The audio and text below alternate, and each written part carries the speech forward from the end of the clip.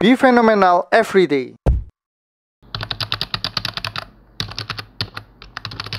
Halo guys, video kali ini saya akan membahas sistem perdagangan yang baru saja ditetapkan oleh bursa ya, yaitu full call action yang pada tanggal 25 Maret 2024 ini sudah ditetapkan secara penuh. Nah, ketika ditetapkan ternyata banyak saham-saham yang terkapar ya pada berkelimpungan, terutama saham-saham yang sebelumnya terkunci di harga gocap. Nah, teman-teman bisa lihat ya bahwa ada ini banyak sekali saham-saham yang langsung turun ya di kuncian di 50-nya terbuka ini ya menjadi 47, 46, 45 ini minus 10, 10, 10, 10 ini pasti saham-saham yang terkena dampak dari aturan full call action ini. Bahkan ada saham-saham yang ini yang 41 dia sudah minus 8,89 ini artinya minusnya mentok. Minusnya mentok ya, ini cukup banyak ini teman-teman bisa melihat ya, ada banyak sekali saham-saham yang terkena dampak dari kebijakan full call action ini. Walaupun Bursa Efek mengatakan bahwa sebenarnya kebijakan ini untuk melindungi investor. Semakin banyak saham-saham yang akan lebih liquid. Nah, katanya seperti itu. Memang terus terang jadi lebih liquid, tapi liquidnya adalah dibuka transaksinya ARB ya. Malah jadi ARB berjamaah. Nah, yang cukup kontroversial adalah ternyata yang masuk dalam papan pemantauan khusus. Oh ya, untuk full call action ini, itu kriterianya adalah berlaku untuk kriteria saham pada papan pemantauan khusus. Jadi tidak semua kena ya, hanya yang ada tatonya saja, yang ada notasi khusus dari bursa yang kena dan masuk papan pemantauan khusus ya. Terus ada 5 sesi ya, 5 sesi call action ini. Nah, teman-teman bisa melihat ya, ini adalah 5 sesi perdagangannya. Ada sesi 1, ordernya jam 9 sampai 9.55. Closingnya dia random antara 9.53 hingga 9.55, di matchkannya di antara 9.55 detik 1 sampai detik 59. Nah, ini memang lebih kompleks dibandingkan yang transaksi seperti biasanya. Ini ada sesi 1 sampai 5 ya, ini mulainya jam 9, ini mulai jam 10, 11, kemudian jam 2, jam 3. Ya, nah ini adalah ada breaknya ya. Ada breaknya, mana ini? Sesi 1, 2, 3. Nah, ini ada break session, penutupan sesi. Ini seperti biasa, mengikuti jam bursa ya. Nah, ironisnya ternyata di saham-saham ada beberapa saham yang ternyata fundamentalnya itu bagus. Teman-teman bisa lihat, misalkan contohnya ADES ya. Di sini ADES itu secara laporan keuangannya nggak ada masalah sama sekali. Bahkan dia growth terus ya. Bertumbuh secara profitabilitasnya bertumbuh, equity-nya juga bertumbuh. Tapi masuk dalam papan pemantauan khusus ya. Dan mungkin karena hal itu ada beberapa investor yang panik selling. Menyebabkan ini ya, ADES pun dibuang ya, di market. Nah, mungkin teman-teman ada bingung, loh ini saham ADES kok bid overnya kosong, nggak seperti biasanya. Ini saya akan menjelaskan ya bagaimana sistem dari full call action ini. Di sini ada yang namanya IEP atau Indicative Equilibrium Price dan juga IEV, Indicative Equilibrium Volume ya. Nah, ini apa maksudnya? IEP ini artinya potensi harga yang terbentuk. Jadi harganya kan ditutup. Nah, tapi teman-teman bisa melihat potensinya yang terbentuk akan berapa secara harga dan juga secara volume, potensi volume yang terbentuk. Katakanlah di ADES ada yang memasang bid ya. Ini dari 9.150 sampai ke 9.025. Ini adalah ada bid seperti ini, sebanyak ini ya lotnya 30, 20, 115, 50 dan seterusnya.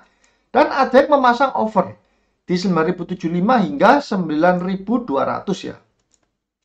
Lotnya ini juga ada terisi.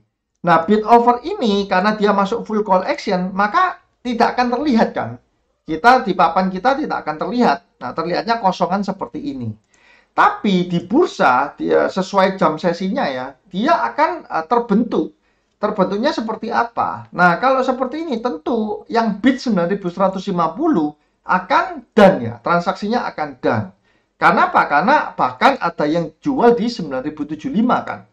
Kemudian yang bid atau yang beli di 9125 juga akan done. Kenapa? Karena ada yang jual juga.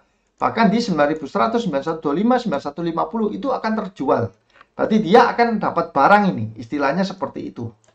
Nah, kalau teman-teman lihat transaksi yang terbesar tentu akan ada di 9.100 ya. Nah, ini ya, 9.100. Oleh sebab itu, maka potensi harga yang terbentuk adalah di level 9.100-nya. Bagaimana dengan potensi volume? Potensi volume sebenarnya kan bisa dilihat.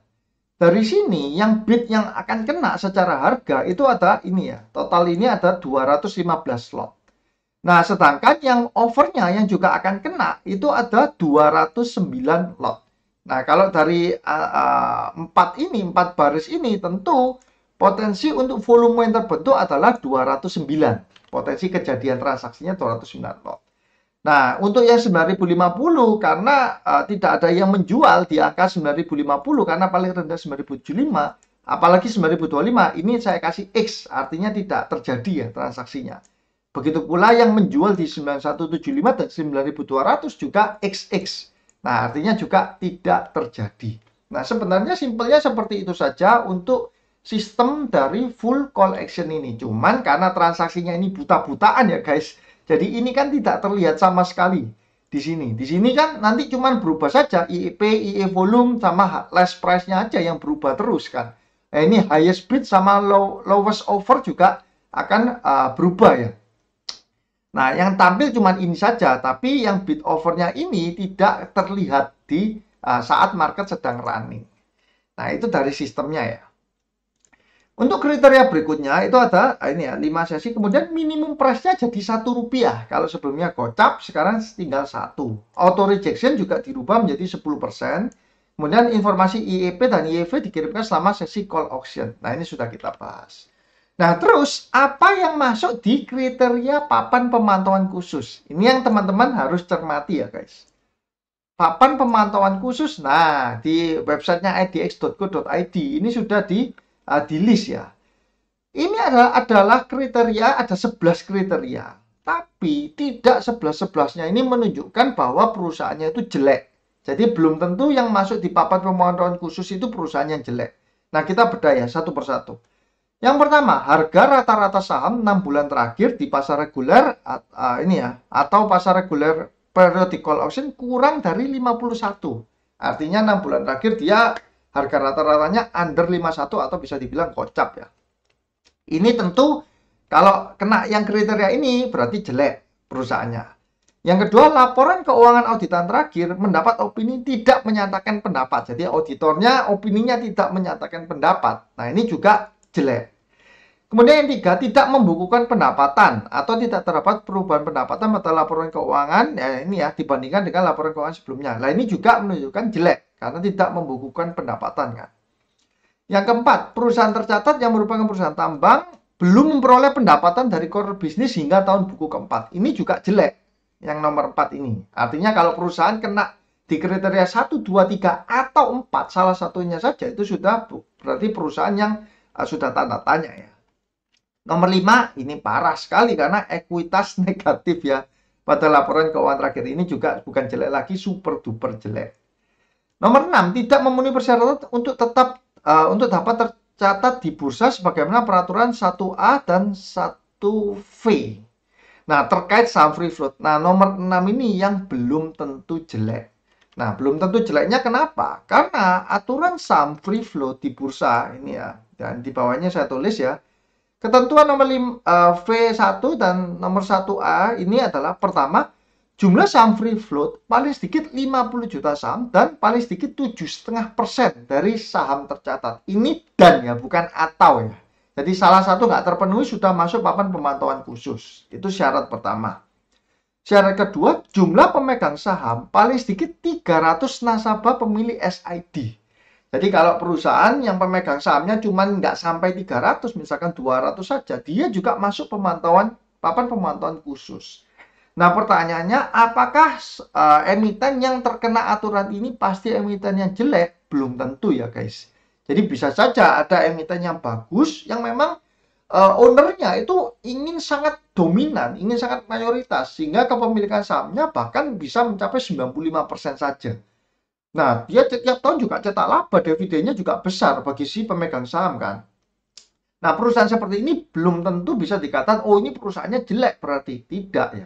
Makanya saya bilang ada aturan di sini yang sebenarnya tidak menyatakan atau tidak implikasinya bahwa perusahaannya itu jelek. Jadi nomor 6 ini menurut saya ini bukan berarti perusahaannya jelek. Kemudian nomor 7, memiliki likuiditas rendah dengan kriteria nilai transaksi rata-rata harian saham kurang dari 5 juta rupiah. Dan volume transaksi rata-rata harian saham kurang dari 10.000 saham selama 6 bulan terakhir di regular ataupun regular periodic call auction. Nomor 7 ini juga debatable, jadi belum tentu jelek. Karena ada juga saham-saham yang tidak liquid kan. Saham yang tidak liquid ya tentu saja seperti case nomor 6, itu artinya mayoritas pemegang sahamnya itu bukan untuk mau trading ya. Memang dia holder sejati dan jumlahnya mungkin sedikit sekali. Nah, contohnya seperti apa? Ini kita bisa lihat di kasusnya saham FIS ya guys. Nah, ini saham FIS. Saham FIS ini itu kalau teman-teman dulu sering perhatikan itu memang transaksinya sangat amat jarang. Bahkan bisa dibilang hampir setiap hari itu tidak ada transaksi. Jadi sangat amat tidak liquid. Tapi apakah ini perusahaan jelek? Ya enggak. Dia juga perusahaan yang punya fundamental bagus ya. Nah, ini teman-teman bisa melihat ya, dia juga setiap tahun cetak laba terus ya. Ini ya, dia nggak minus, equity-nya juga terus bertumbuh. Tapi karena dia tidak liquid, dia masuk papan pemantauan khusus. Nah, pemegang sahamnya ini teman-teman bisa melihat ya. Ini FKS 79, kemudian Catur Kartika 10%, berarti 89. Masyarakatnya sudah 10,5%. Nah, di sini teman-teman bisa melihat bahwa FIS, ini profilnya FIS ya. Profilnya FIS, SID-nya pas. Pas banget 300 orang ya. Wah, ini kok saya rasa kok memang mungkin emitennya lihat, wah ini aku harus ikut siaran 300. Jadi dipas-pasin 300, bisa bulat ya. 300 orang. Sesudah ini tidak ada transaksi. Nah, dia kenanya itu bukan di 7,5 atau bukan di 300, tapi kenanya adalah tidak ada transaksi, tidak liquid ya.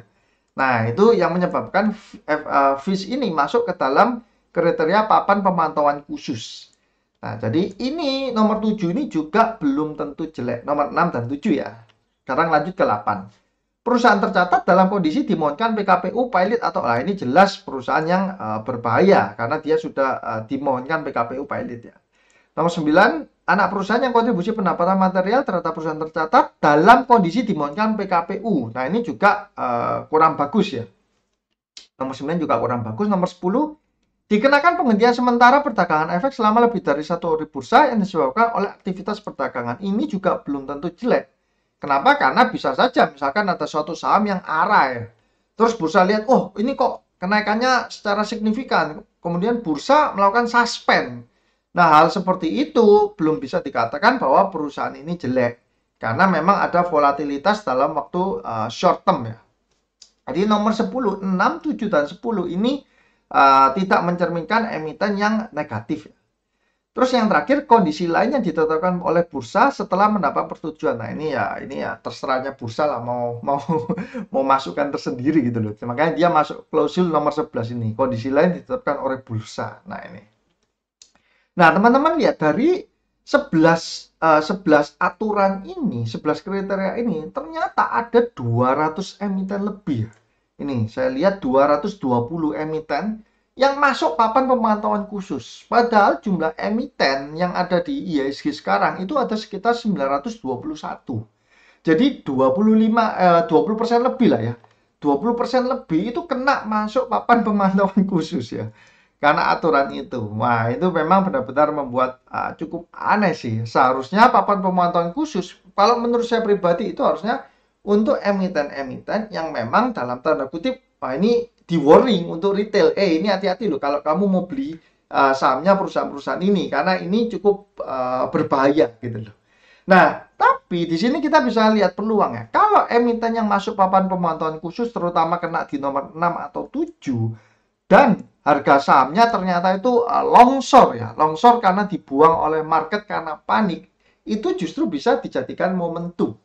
Momentum untuk kita mengakumulasi. Nah, saya ada melihat beberapa emiten yang sebenarnya fundamentalnya baik hanya karena masalah yang tadi ya, kebanyakan nomor 6 nomor 7 itu dia masuk dalam papan pemantauan khusus. Salah satunya ini sudah tadi dibahas ya, ADES ya.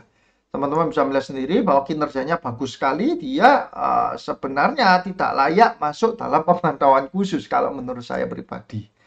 Terus yang kedua ada saham ini, misalkan contohnya ada PLIN ya. PLIN ini adalah saham Plaza Indonesia. Nah, tapi kepemilikan Plaza Indonesia sendiri itu 96,6% ya.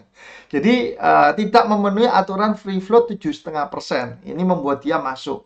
Kalau teman-teman tanya secara kinerja, dia minusnya hanya waktu pandemi kemarin kan, minus setengah triliun. Ya wajar lah, pandemi siapa yang nge-mall kan. Pasti di rumah terus kan. Tapi kalau kita lihat kinerjanya, dia sudah mulai pulih di tahun 2023 kemarin. Di 2024 ini saya yakin juga dia tidak ada masalah lagi ya. Nah, oleh sebab itu saya bilang kalau misalkan saham ini, PLIN ini mengalami gejolak penurunan akibat panic selling, ya ini juga akan menjadi saham yang menarik sekali untuk diakumulasi ya. Kemudian saya lihat juga ada saham EPMT, Enseval ya. Enseval ini juga punya fundamental yang cukup bagus. Nah, teman-teman bisa melihat juga di laporan keuangannya. Dia kepemilikannya juga cukup besar oleh Kalbe Farma, anak perusahaan dari Kalbe Farma ya, KLBF, 92,47%. Dia kemungkinan kena yang aturan antara yang nomor 6 atau yang nomor 7 juga. Karena ya ini ya, kebanyakan perusahaan-perusahaan yang fundamentalnya bagus tapi masuk papan pemantauan khusus ini, itu pasti yang ini ya, shareholdernya banyak, mayoritasnya ini sampai lebih dari 90% ini.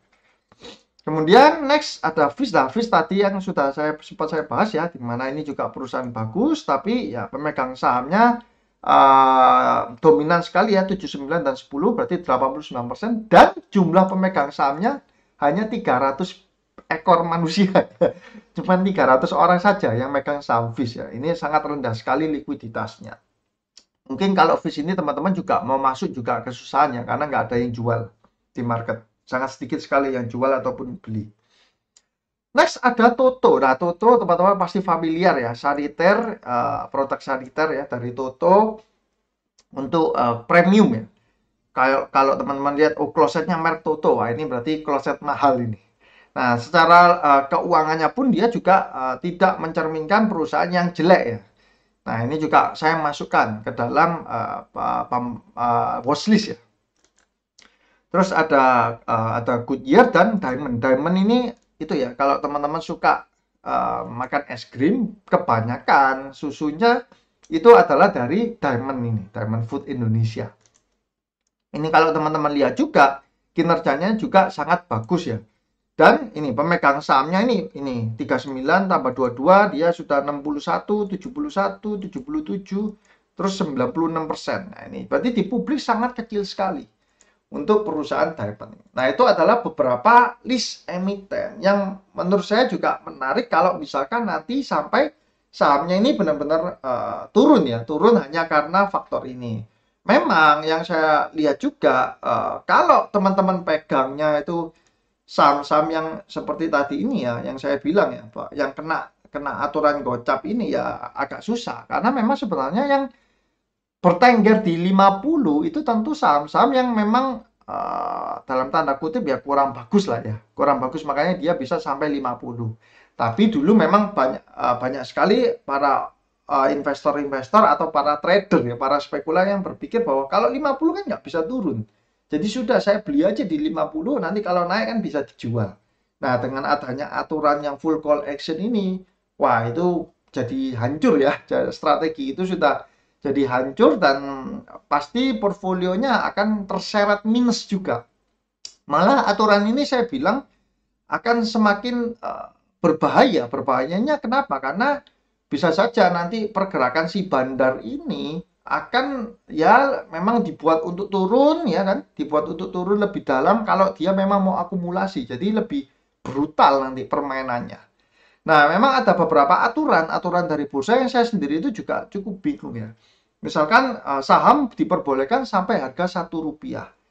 Nah, mungkin maksudnya itu baik. Dia akan meniru seperti di US ya, di US market ataupun banyak sekali di bursa-bursa di negara lainnya selain di Indonesia itu yang memang harga sahamnya nggak dilimitkan. Dia bisa naik turun sampai mentok. Tapi bedanya, coba teman-teman bayangkan, misalkan ada saham yang harganya Rp1 atau Rp2. 1 ke 2 itu sudah naik 100%, guys. 2 ke 3 juga naiknya berarti berapa? Naik satu poin ya, naik 50% kan. Nah, kalau di luar negeri itu dia ada faktor komanya kan. Ada misalkan dari satu bukan satu ke dua langsung, tapi 1,01, 1,02. Nah, fraksi ya itunya yang di Indonesia ini susah kan, karena mata uang kita kan nggak ada. Sen-senan seperti itu kan nggak ada. Jadi ada beberapa kebijakan yang menurut saya juga bursa ini harus harus berpikir panjang ya sebelum sebelum berpikir sebelum dieksekusi di lapangan. Memang maksudnya baik, mungkin wah supaya likuiditasnya terjadi apa, tapi ya ini bisa menjadi bancaan para pemain besar dan pembunuhan, pembunuhan untuk para trader-trader yang nyangkut ini semua. Dia bisa, wah ini saya bisa bilang portonya untuk saham-saham yang ini mungkin coba saya lihat ya, banyak nggak sih saham-saham yang nilainya sudah ini ya, yang sudah nilainya 2, 3 ini, aduh, udah parah sekali ya. Ini. Kalau beli di Gocap pun aja kalau sudah harganya menyentuh 5 aja berarti sudah tinggal 10%-nya aja. Apalagi kalau misalkan keseretnya bukan dari Gocap. Mungkin dengan kejadian ini juga kita sebagai investor juga harus sangat hati-hati ya dalam membeli saham. Jangan sampai kita berpikir atau mindset saham ini ibaratnya seperti coba-coba ya. Karena begitu salah memilih saham, resikonya itu sekarang sudah sangat besar lagi. Sudah nggak ada batas aman Gocap, itu sudah nggak ada ya guys. Jadi ini kalau misalkan turun bisa bisa sekali uang yang mungkin dulu dari 100 juta kalau pas kena beli sahamnya yang Gocap terus turun di bawah Gocap bahkan bisa sampai 10 atau 15, ya itu akan fatal sekali akibatnya. Oke guys, cukup sekian ya untuk video kali ini. Semoga ke depan tidak ada lagi investor-investor atau para trader ya yang nyangkut di saham-saham yang di bawah Gocap ini. Saya doakan semoga teman-teman sehat selalu, semakin sukses dan cuan selalu. See you guys.